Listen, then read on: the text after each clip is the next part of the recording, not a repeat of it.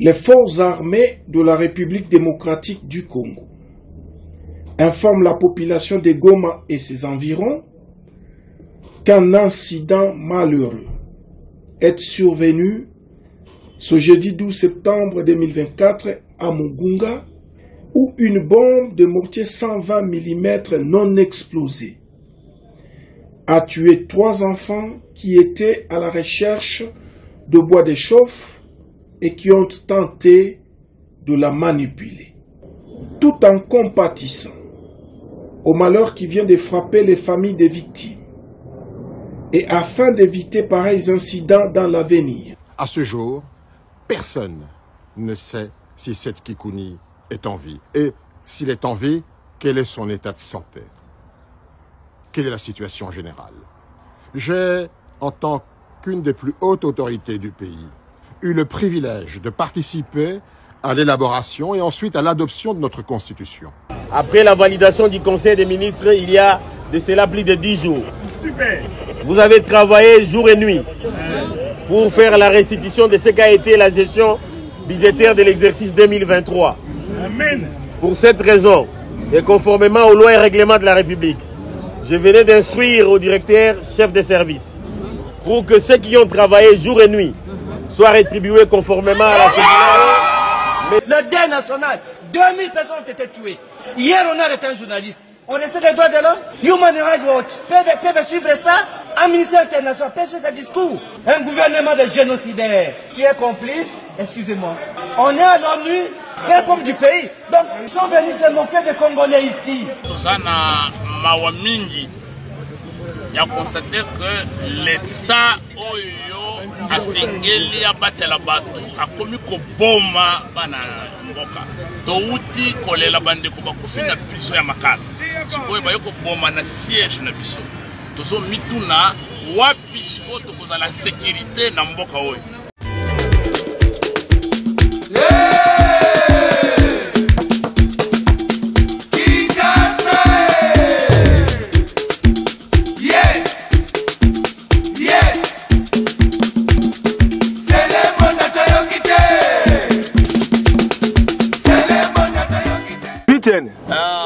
Omeli boni ne sali oboye. Na meli zododo. Omeli zododo putain. Na mela ngo. Omela ngo.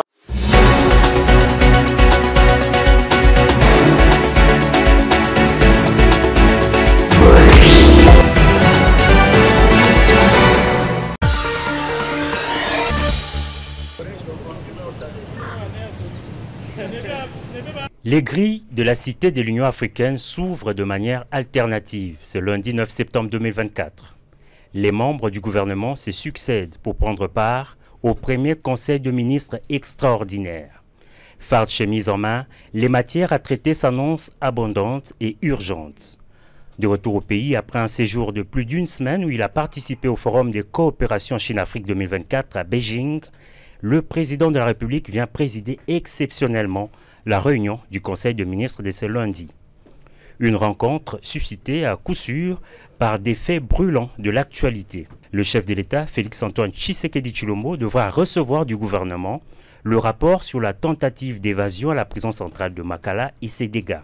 Et dans le cadre de la riposte contre l'épidémie de la variole du singe Mpox, le président devra suivre de près la première livraison de doses de vaccins contre la maladie. Un lot constitué de près de 100 000 doses que la Commission européenne a livré à la République démocratique du Congo. Outre ces questions, l'ordre du jour de cette réunion extraordinaire prévoit l'examen et l'adoption du projet d'ordonnance portant organisation et fonctionnement du gouvernement, modalités de collaboration entre le président de la République et le gouvernement ainsi qu'entre les membres du gouvernement. La feuille de route annonce également l'examen du projet de loi des finances rectificative de l'exercice 2024 et le projet de loi finances pour l'exercice 2025. Les méandres de cette réunion extraordinaire seront communiqués au terme de la rencontre par le porte-parole du gouvernement.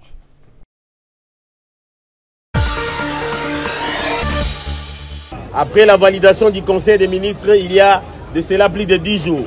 Super. Vous avez travaillé jour et nuit pour faire la restitution de ce qu'a été la gestion budgétaire de l'exercice 2023. Amen. Pour cette raison, et conformément aux lois et règlements de la République, je venais d'instruire au directeur chef des services pour que ceux qui ont travaillé jour et nuit soient rétribués conformément à la circulaire, mais soient transmis en délai 48 heures.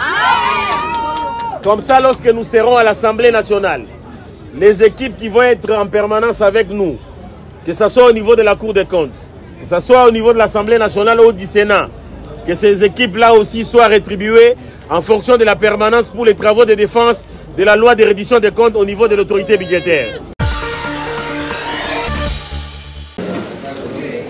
Des chaleureuses poignées de main entre le ministre de Finances, Doudou Fouamba, et les nouveaux membres permanents du comité consultatif de lutte contre le blanchiment de capitaux, le financement du terrorisme et de la prolifération, COLUB, qui sera désormais dirigé par Claudine Niwa Wangastela, signe de félicitations pour leur nomination.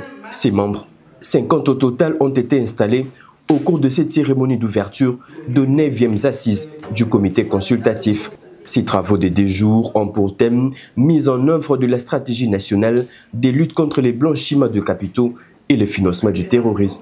Pour la présidente du COLUB, la particularité de cette 9e session est la mise en œuvre des actions pour sortir les RDC de la liste de pays placés sous surveillance renforcée du GAFI, dite liste grise. L'élément fondamental ici, c'est le document que nous avons, la stratégie nationale de lutte, avec un calendrier des travaux, des assignations qu'on appelle le master plan. Voilà un peu la particularité pour cette année, pour ces 9e assises. Le ministre de Finances a appelé les participants à un travail de fond pour préserver l'intégrité du système financier national. Je puis compter sur votre volonté et votre détermination à m'apporter toute la collaboration nécessaire pour l'atteinte des objectifs fixés par le gouvernement dans le cadre de la lutte contre la criminalité financière organisée et la mise en œuvre dans les délais du plan d'action groupe d'action financière GAFI. Au terme de ces assises, plusieurs recommandations seront formulées visant toutes à éradiquer le financement du terrorisme sous toutes ses formes.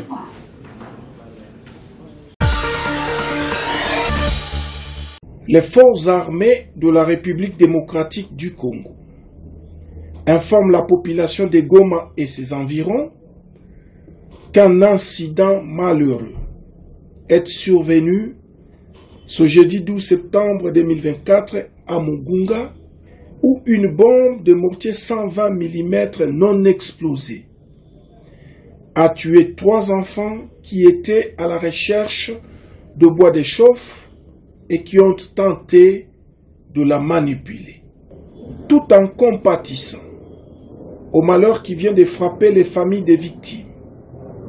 Et afin d'éviter pareils incidents dans l'avenir, les forces armées demandent à la population d'éviter la manipulation de tout objet métallique d'origine inconnue et de signaler sa présence aux forces de défense et de sécurité.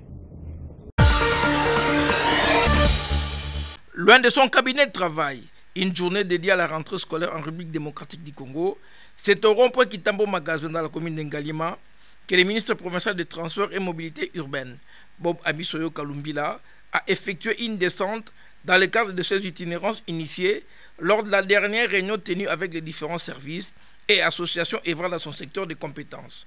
Sur ces lieux, connus comme un carrefour des embouteillages, les patrons de transport de Kinshasa a pris une dizaine de minutes pour réguler la circulation routière, une situation qui a conduit à une fluidité des mouvements des véhicules.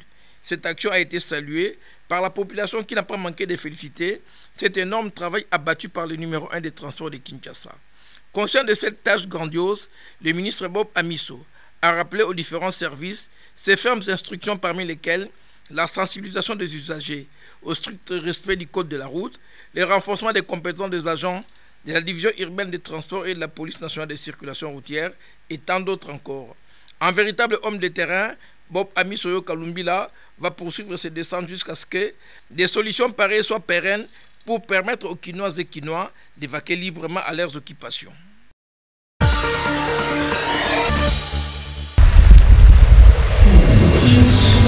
Expo Béton est à sa 8e édition en République démocratique du Congo. Honoré, très encouragé par le président de la République, Félix-Antoine Tshisekedi Tshilombo, qui l'a rehaussé de sa présence. Cette édition du Salon de développement des villes se déroulera sous le thème principal « Révolution urbaine, des solutions durables du corridor ouest pour Kinshasa et le Congo central ». Expo Béton organise à cet effet des conférences et expositions du 9 au 12 septembre à Kinshasa et du 14 au 20 septembre 2024 au Congo central.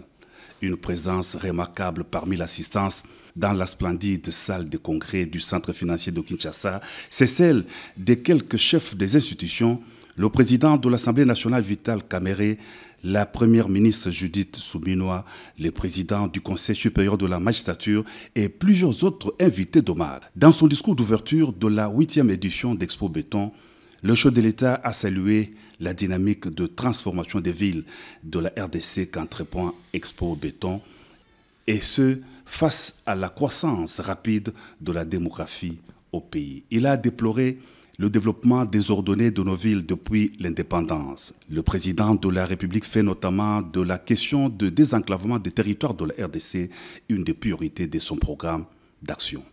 La question du désenclavement de nos territoires est une priorité absolue pour moi, car elle touche directement à l'égalité des chances pour tous nos concitoyens, quel que soit leur lieu de résidence. Lors de mon investiture le 21 janvier 2024, j'ai pris 6 engagements devant le peuple congolais qui constituent le socle de mon programme de gouvernance. En plus de ces engagements, j'ai placé le désenclavement de nos territoires parmi les 3 initiatives présidentielles prioritaires de mon mandat. Nos infrastructures doivent garantir à chaque Congolais, qu'il vive en ville ou dans les zones rurales les plus reculées, un accès équitable aux services de base, aux opportunités économiques et aux moyens de se développer. C'est une condition indispensable pour assurer la cohésion nationale, réduire les inégalités et favoriser un développement harmonieux et inclusif de notre pays. Je suis résolument engagé à mettre en œuvre des solutions concrètes et durables pour intégrer pleinement nos territoires enclavés à l'économie nationale et internationale. Cela passe par l'amélioration de nos infrastructures de transport, de communication et d'énergie. Mon engagement sur cette question est sans équivoque. Faire du secteur de la construction, des infrastructures et de l'habitat un levier majeur de la transformation de notre économie. Je forme donc le vœu que les travaux de cette 8e édition d'Expo Béton aboutissent à des résolutions concrètes face aux défis du corridor ouest, tout en jetant les bases d'une véritable révolution urbaine. Auparavant, le président du comité organisateur d'Expo Béton, Jean Bamanissa, a notamment salué la présence des investisseurs et entrepreneurs en RDC grâce au climat des affaires et la confiance faite aux institutions du pays sous le leadership du président de la République, Félix-Antoine Tshisekedi Tshilombo. Abondant dans le même sens, le ministre délégué près l'urbanisme habitat Didier Tengelito a loué la sollicitude et la présence du chef de l'État. Il a soutenu les rôles d'Expo Béton dans la rénovation urbaine qui rendra les villes viables, améliorant la qualité de vie des populations. Le président de la République a été convié à visiter les stands des entreprises et autres exposants. Il a notamment été à l'entreprise de distribution de la marque Mercedes en RDC. L'usine monte au pays des véhicules Mercedes. Si vous vous souvenez bien, au moment de mon investiture, j'avais promis que j'allais mettre à profit des temps pour pouvoir discuter, échanger avec les différentes institutions. Et là, nous sommes à la veille de la rentrée parlementaire et donc il était important de pouvoir échanger avec l'honorable président de l'Assemblée nationale par rapport à un certain nombre de sujets. Et vous savez très bien que cette rentrée parlementaire, elle sera budgétaire et donc il était important de pouvoir échanger par rapport au processus budgétaire. On va bientôt, en respectant les prescrits de la LOFIP, venir déposer le projet de loi des finances pour 2025.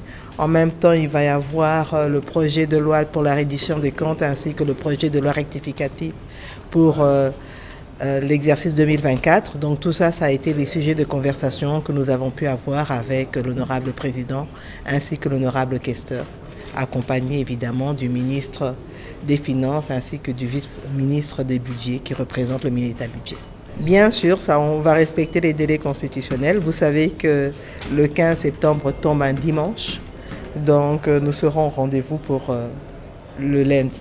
Non, dire que les travaux n'ont commencé que depuis un mois n'est pas exact.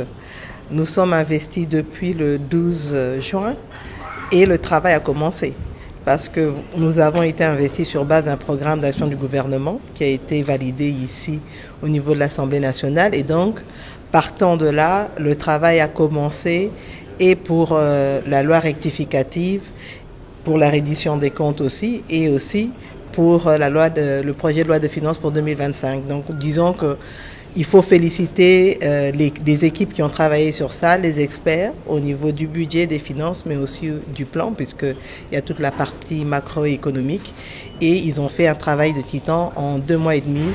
À cela s'ajoutent tous les échanges au niveau des conférences budgétaires. Et aujourd'hui, nous avons d'ailleurs lundi eu un conseil des ministres extraordinaire pour pouvoir valider au niveau du conseil des ministres avec le chef de l'État les 3 projets de loi. Donc, projet de loi portant reddition des comptes, projet de loi rectificatif pour l'exercice 2024, projet de loi pour des finances pour 2025. Donc tout cela a été validé en conseil des ministres extraordinaire lundi. Et donc ça faisait partie de nos échanges aujourd'hui. Et donc ce sont tous ces documents-là qui vont être déposés en respectant les délais constitutionnels.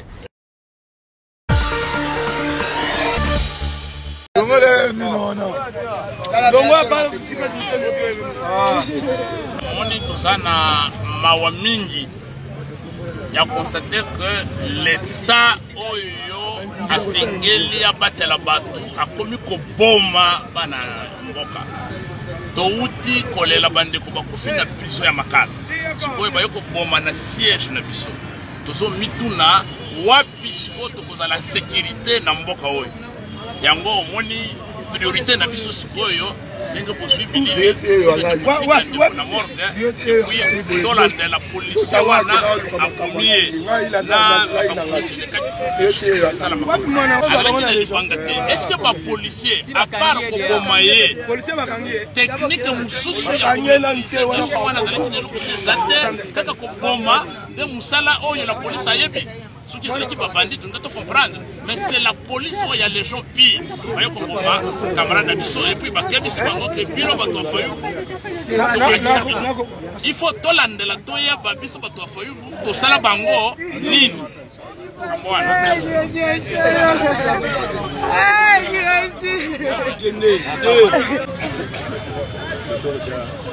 là, on amène à la et vous voulez comprendre.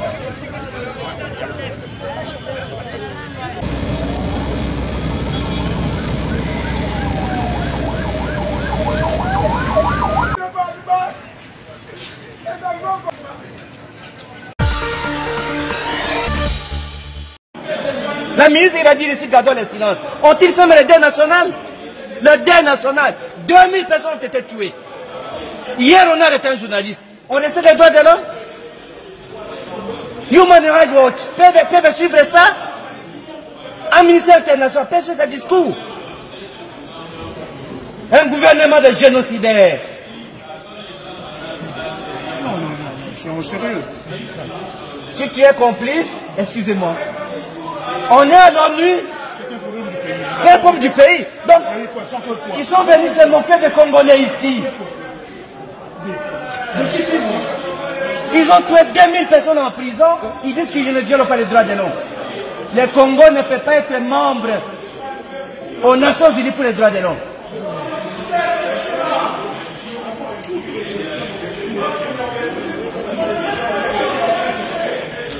wana kuna za Jean-Claude Vwemba oyo alati chapeau.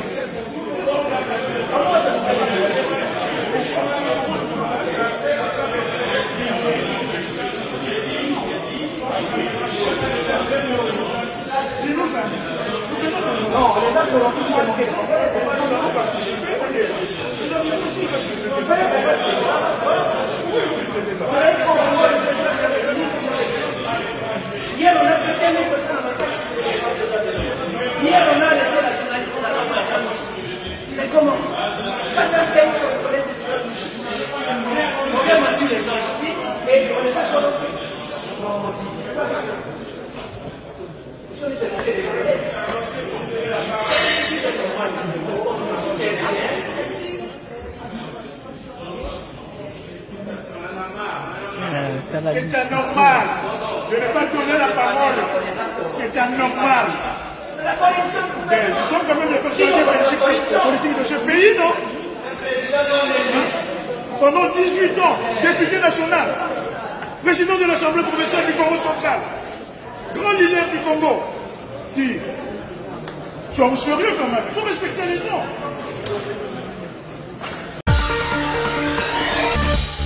Le président, le ministre de l'Intérieur, l'envoyé spécial du président. Porteur d'un message officiel du président de la République centrafricaine, le ministre de l'administration du territoire, décentralisation et du développement local, Bruno Yapandé, a été reçu ce mercredi 11 septembre 2024 à la Cité de l'Union africaine par le président de la République Félix Antoine Tshisekedi Tshilombo.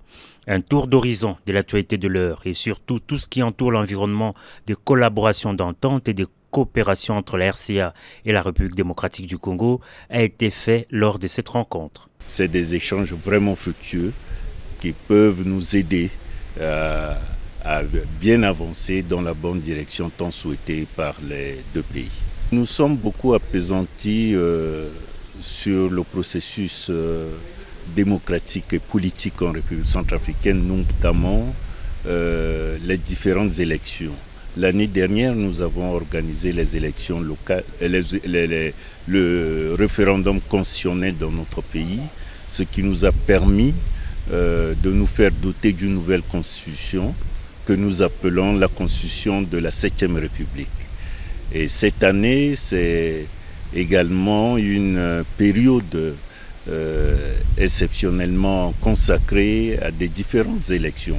Nous avons déjà enclenché le processus. La République centrafricaine, qui organise sous peu des élections locales et qui seront suivies l'an prochain des élections générales, s'est dit par ailleurs disposée à recevoir tout soutien de son voisin, la RDC. Vu la proximité de la République démocratique du Congo avec la République centrafricaine et ce que nous avons en commun, mais nous ne pouvons que soutenir tout apport qui peut venir soit de la part de la République démocratique du Congo et d'autres pays voisins de la République centrafricaine. Vous savez que la République centrafricaine sort d'une longue période de crise qui a miné négativement le système économique et financier de notre pays et nous ne pouvons que compter sur nos frères.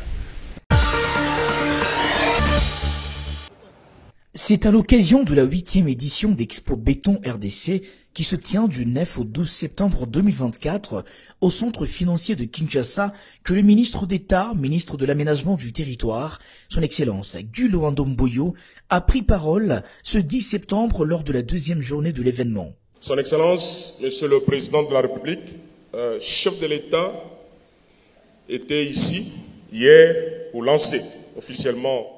Dans un discours riche en contenu, l'homme d'État a partagé sa vision sur l'avenir de l'aménagement de Kinshasa en accord avec la vision éclairée du président de la République, chef de l'État, son Excellence Félix Antoine Tshisekedi Tshilombo, vision mise en œuvre au sein du gouvernement sous la direction de la première ministre, son Excellence Judith Suminwa Tuluka. Il avait décliné lors de son investiture le 20 janvier au stade de Martyrs. Tous nous étions là. Le message bien articulé autour du thème « Quelle politique à long terme pour l'occupation spatiale de la ville de Kinshasa face aux défis de la croissance démographique ?» L'homme a mis en lumière l'urgence d'agir face à l'augmentation exponentielle de la population de Kinshasa qui avoisine aujourd'hui les 17 millions d'habitants. On ne peut pas penser développement de Kinshasa sans intégrer l'aspect de l'aménagement de la ville-province de Kinshasa. Cet aménagement passe avant tout par une planification en amont. La planification en termes d'outils. On a parlé du PPA, du plan provincial d'aménagement du territoire, qui devrait venir compléter les SOSAC. Aménager la ville-province de Kinshasa, c'est déterminer de manière cohérente quel type d'activité nous aimerions avoir pour la ville-province de Kinshasa et pour quelle finalité. Cela passe avant tout par la détermination de où est-ce qu'on peut avoir des espaces pour habiter en termes de résidence, où est-ce qu'on peut avoir des espaces pour avoir des activités commerciales. Un peu à l'époque, vous vous rappelez, pour ceux qui habitent Limete, nous avons ce qu'on appelle les quartiers industriels à Limete.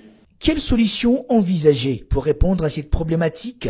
Le ministre Guy Luando-Mboyo a apporté de réponses concrètes en tant qu'aménageur national.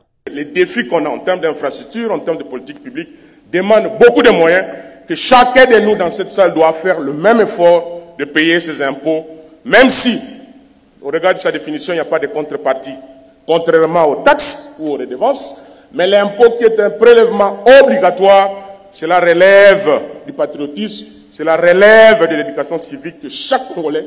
Autant que vous êtes exigeant vis-à-vis des gouvernants, autant vous devez prendre part aux dépenses publiques. Parce qu'il faut trouver une réponse sociologique à cette démographie galopante. Quelle va être la vie de Kinshasa en 2040? C'est extrêmement important que vous sachiez qu'est-ce que le chef de l'État est en train de faire, qu'est-ce que votre gouvernement est en train de faire. Au cours de la séance, Maître Guy Luando-Mboyo a répondu ouvertement aux préoccupations soulevées par les participants en lien avec son intervention, avec une réflexion globale sur l'ensemble du territoire national et un focus particulier sur la ville-province de Kinshasa. Le ministre d'État a proposé une politique foncière proactive, incluant la création des réserves foncières substantielles pour permettre une planification urbaine durable. Pour clore la journée, quelques stands de cette grande exposition ont été visités par le ministre d'État dans une ambiance de convivialité, d'échange et de gaieté. Nous sommes venus ici dans le cadre de nos vacances parlementaires. Indépendamment du fait que nous sommes présidents de la Chambre haute, nous avons cette responsabilité constitutionnelle.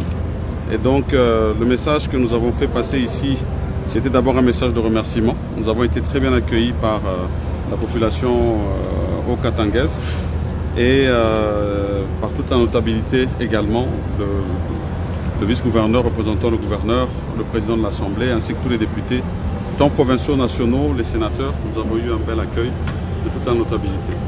C'était l'occasion surtout aussi de leur demander ce soutien que nous devons apporter à son Excellence Monsieur le Président de la République, chef de l'État, sur la question sécuritaire que nous avons à l'Est de la République. Nous devons tous être rangés comme un seul homme et le soutenir. Et finalement un message de cohésion et d'unité pour le développement du pays en général. Et donc c'est un message qui a été très bien reçu. Nous avons été aussi à l'intérieur de la province, particulièrement à Kasenga, où là nous avons été dans une activité dans le cadre de la gratuité de l'enseignement, étant donné que nous sommes à une rentrée scolaire, voir l'effectivité et accompagner bien sûr celle-ci dans les travaux qui sont faits dans le cadre du programme de 145 territoires. Encourager le gouvernement à travers Madame la Première ministre sur le travail qui doit se faire au niveau de nos territoires, parce qu'il y a beaucoup de travail qui est attendu là-bas, et finalement au niveau aussi des infrastructures routières sur lesquelles il y a eu aussi des grandes demandes. Et donc nous repartons avec un rapport complet de toutes ces couches que nous avons rencontrées, la société civile, les chefs coutumiers également, pouvoir faire notre rapport parlementaire et rester dans le suivi de ce qui doit se faire.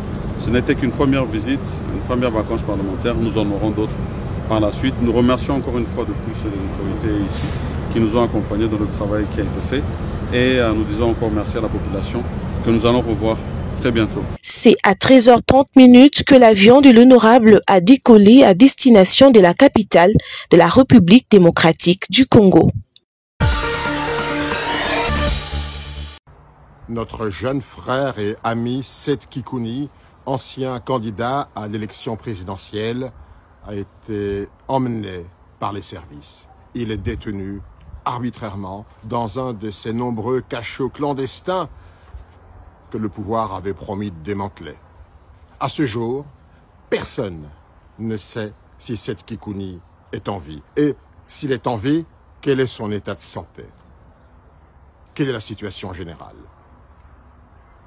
J'ai, en tant qu'une des plus hautes autorités du pays, eu le privilège de participer à l'élaboration et ensuite à l'adoption de notre Constitution. Aujourd'hui, mon devoir est de dénoncer la violation flagrante des droits constitutionnels d'un citoyen. Et c'est précisément parce que nous avons voulu garantir à tous les Congolais, à toutes les Congolaises, le respect de leurs droits et libertés fondamentaux que nous les avons inscrits dans la Constitution, dans notre loi fondamentale. Et je reprendrai simplement quelques articles. L'article 16 affirme que la personne humaine est sacrée. L'État a l'obligation de la respecter et de la protéger. Toute personne a droit à la vie, à l'intégrité physique et au développement de sa personnalité dans le respect de la loi, de l'ordre public, du droit d'autrui et des bonnes mœurs. L'article 17 précise que la liberté individuelle est garantie. C'est la règle. La détention, l'exception.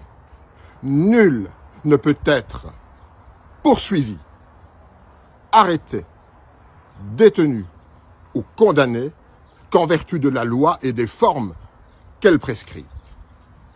Enfin, l'article 18 précise, et c'est important de le savoir, que toute personne arrêtée a le droit d'être informée immédiatement des motifs de son arrestation. Elle a le droit d'être informée immédiatement de ses droits.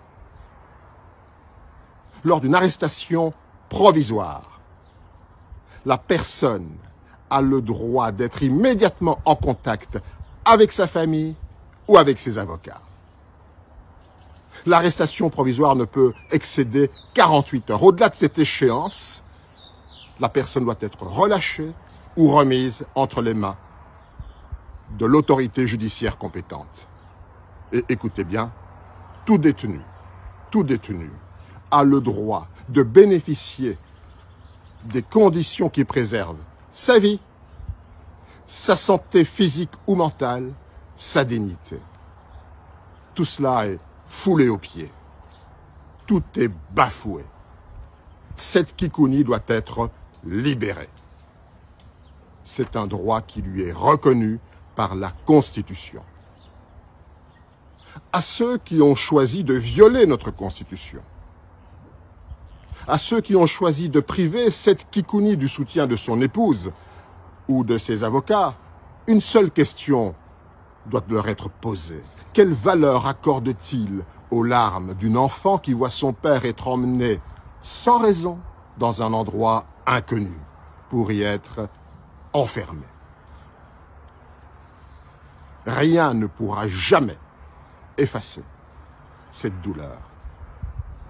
Et au président de la République, au chef de l'État, dont la mission est de veiller au respect de la Constitution, une maxime doit être opposée à sa conscience. Celui qui sème l'injustice récolte le malheur.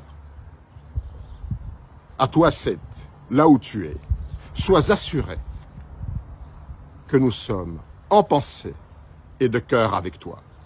Quels que soient les murs du cachot dans lequel tu es injustement enfermé, ils n'arriveront pas à endiguer l'esprit de liberté qui t'a toujours guidé. Aujourd'hui, cet esprit rayonne. Des millions de Congolaises et de Congolais cultivent cet esprit de résistance et d'espérance. Seth, que Dieu te garde.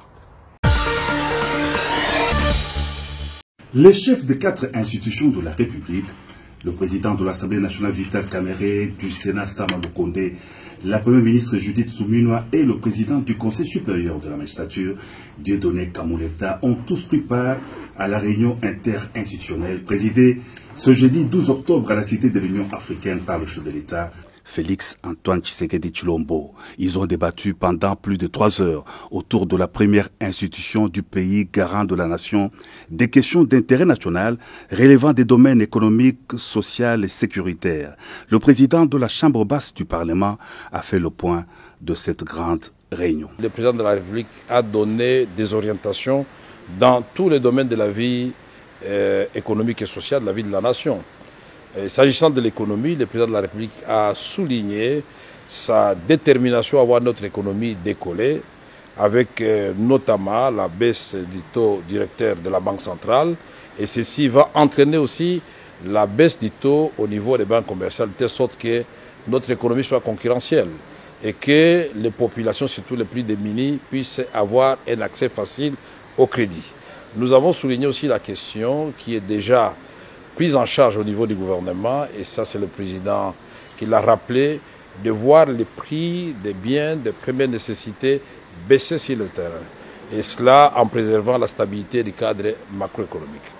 Le président de la République a souligné aussi la nécessité d'avoir un système financier cohérent avec les objectifs du développement. Et pour cela, il a veillé à ce que tout le monde puisse comprendre que les réformes fiscales qui vont être amorcées de façon rapide, puisqu'elles avaient déjà commencé, accélérées, nous puissions avoir une fiscalité qui soit attrayante et qui crée le climat des affaires. Et dans cette perspective, le président parlait aussi de la justice sociale en ce qui concerne la fiscalité. Il ne faut pas que les plus petits payent pour plus que les plus grands. Une justice sociale qui puisse remettre chaque citoyen au niveau de ses obligations vis-à-vis de l'État. Nous avons aussi suivi les orientations du président de la République en ce qui concerne des mesures d'assainissement sous forme de loi, notamment les codes agricoles, pour rendre notre secteur agricole attractif. Et ce code est déjà au Parlement, c'est-à-dire à l'Assemblée et au Sénat. Nous allons le retourner au gouvernement pour une lecture avec le nouveau gouvernement, et au niveau de l'Assemblée comme du Sénat, nous allons accélérer son adoption. Le social des Congolais, ça a été l'essentiel du message du président aujourd'hui et de ses orientations, puisque non seulement nous avons parlé du secteur de l'éducation, où il faut renforcer la gratuité de l'enseignement au niveau de l'école primaire, mais commencer déjà à penser, même si on ne doit pas le faire tout de suite, à ce que cette gratuité soit aussi appliquée au niveau du secondaire. Ceci veut dire qu'il faut parachever totalement la gratuité au niveau de l'enseignement primaire de notre pays. Le président a souligné aussi le secteur de la santé, et avec notamment l'épidémie que nous connaissons aujourd'hui d'Mpox. Il faut non seulement la campagne de vaccination, de sensibilisation, et concernant les autres épidémies présentes et à venir, il a parlé de la prévention, qui est le bon système de santé. Nous avons aussi abordé et suivi le président de la République ses orientations en ce qui concerne le secteur judiciaire. Là, le président voudrait absolument que les réformes du secteur de la justice soient parachevées de telle sorte que nous puissions avoir une justice équitable où, par exemple, parce qu'il y a certains abus qui ont été déplorés dans les domaines fonciers, en ce qui concerne l'acquisition de terres dans notre pays, en ce qui concerne la protection du titre de propriété, en ce qui concerne toutes les saisies qui sont faites au niveau des entreprises publiques et privées œuvrant dans notre pays. Toutes ces saisies-là, au niveau de la DGRAD, de la DGI, doivent cesser parce qu'il y a une façon de résoudre le problème des gens qui doivent à l'État de l'argent sans tuer l'investissement qui est fait, puisque cela a des répercussions sur les Congolais. Le président a parlé, vous vous en doutez bien, de la sécurité à l'est de notre pays. La façon de mettre fin à cette guerre avec la montée en puissance de l'armée, mais aussi comment protéger nos populations et leurs biens en parlant de la police professionnelle que nous devons absolument encourager, dont nous devons encourager la mise en place. Et il a parlé aussi des autres poches d'insécurité, notamment avec le Mombondo, le conflit de l'Angola et l'Angola à Kisangani, l'autre rive à Lubunga. Et ici, de voies et moyens sont étudiés au niveau de toutes les institutions pour ramener la paix totale sur l'ensemble de notre territoire. Le président de la République n'a pas oublié de discuter avec les différents chefs de corps de la question du parachèvement du processus électoral. Vous le savez très bien dans le Kwilu, vous le savez bien dans le Nord Ubangi, et certains comme Kwamutu, il a dit même, nous ne devons pas oublier que Rutshuru et Masisi font toujours partie de la République démocratique du Congo. Et donc un calendrier clair sera donné par la CENI pour que ces élections puissent avoir lieu. Ici, la question des conseillers communaux a été soulignée. Et des instructions claires et des orientations nous ont été données par le président de la République pour voir comment ces conseillers communaux vont coexister d'abord avec les bourgmestres qui sont là et ensuite avec les bourgmestres qui eux-mêmes vont élire. Il s'est agi de la première réunion interinstitutionnelle présidée par le chef de l'État, conformément à l'article 69 de la Constitution reconnaissant au président de la République les prérogatives de veiller au fonctionnement harmonieux de toutes les institutions de la République. Voilà, merci. Les banques syndicales de la RTNC est venu voir son Excellence ministre de la Communication et Médias pour l'informer sur la situation qui prévaut actuellement au sein de notre établissement, où le personnel est laissé à son triste sort, avec un barème qui traîne entre les ministres, sur la table plutôt du ministre du Budget, le barème qui a été signé par notre ministre depuis 2021 et qui attendait les contreseins du ministre du Budget. Jusqu'à ce jour, nous pouvons dire que le ministre d'État refuse de signer ce barème. Et à cela, il faut ajouter 15 mois d'arriéré d'une partie du salaire, de 25% du salaire de l'ancien barème, que nous totalisons jusqu'à ce jour. Cette situation crée une crise, n'est-ce pas, sociale au niveau de la radio-télévision nationale congolaise.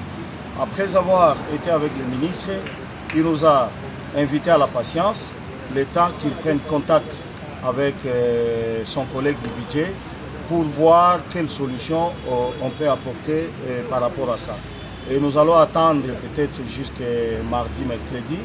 Dépasser ces délais, nous serons obligés de passer à la vitesse supérieure avec d'autres activités qui sont déjà prévues. Voilà, merci. Merci. Acte du Conseil supérieur de l'audiovisuel et de la communication, numéro 019, barre CESAC, barre B, barre 09, barre TNM, barre 2024, du 11 septembre 2024, portant suspension des diffusions à titre conservatoire de la chaîne Canal Plus Pop, du bouquet Canal Plus, sur toute l'étendue de la République démocratique du Congo pour une durée de 45 jours.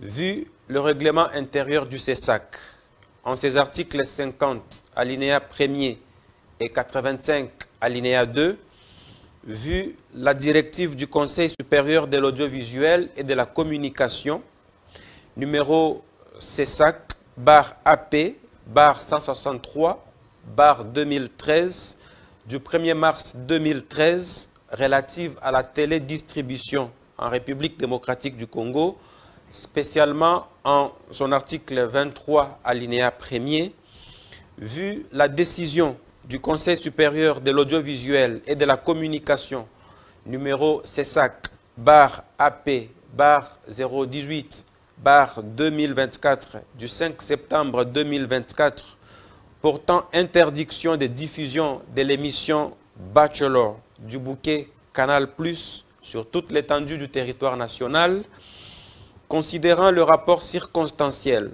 du Centre de monitoring des médias congolais, numéro 082-CM MC-Can-TPK-Cordo-06-2024 du 10 septembre 2024 portant sur la diffusion de l'émission des Bachelors sur Canal+ Pop, attendu qu'étant sous suspension, la chaîne Canal+ Pop a continué à diffuser allègrement et sans embâche le programme frappé d'interdiction, attendu que cette attitude constitue une violation délibérée des décisions du Conseil et frise la rébellion contre l'instance de régulation des médias, attendu que le CESAC constate et ou sanctionne le cas de non-observance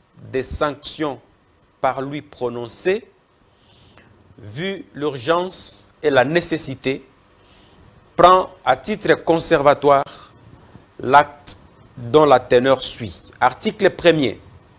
Est suspendu sur toute l'étendue de la République démocratique du Congo pour une durée de 45 jours à dater sa publication, la chaîne Canal+ Pop.